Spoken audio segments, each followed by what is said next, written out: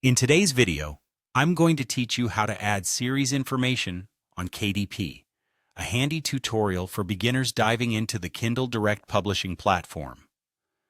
So if you're looking to publish a series of books and want to ensure your readers can easily navigate them in order, you're in the right place.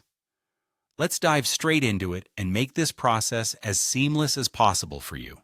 To get started, we'll first need to log into your Kindle Direct Publishing account. Once you're in, you'll find yourself on your bookshelf, where all your book projects are listed. From here, we want to go directly to the book details page. If you're adding a new book, you'll access this as part of the setup process. But if you're editing an existing book, simply click on the title to edit the details. Now that we're on the book details page, it's time to scroll down and find the series information section.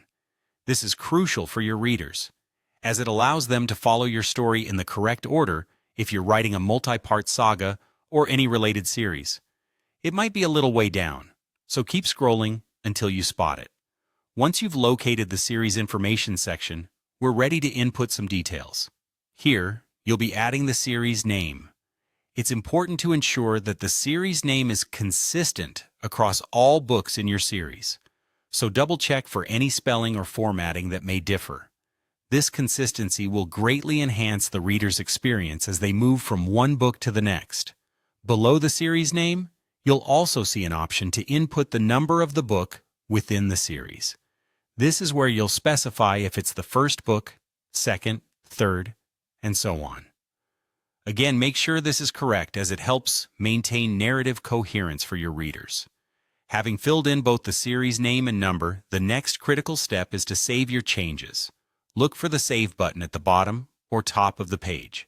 Clicking this will ensure that all the information you've entered is securely stored, making the series information accessible once your book goes live. This step is vital because unsaved changes might mean having to redo this process, which we definitely want to avoid. And there you have it. By following these simple steps, you'll have your series information neatly organized on KDP, helping to provide clarity for your readers and improving the overall success of your series.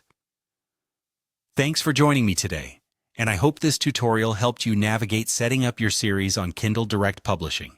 If you have any questions, feel free to leave them in the comments section below, and don't forget to subscribe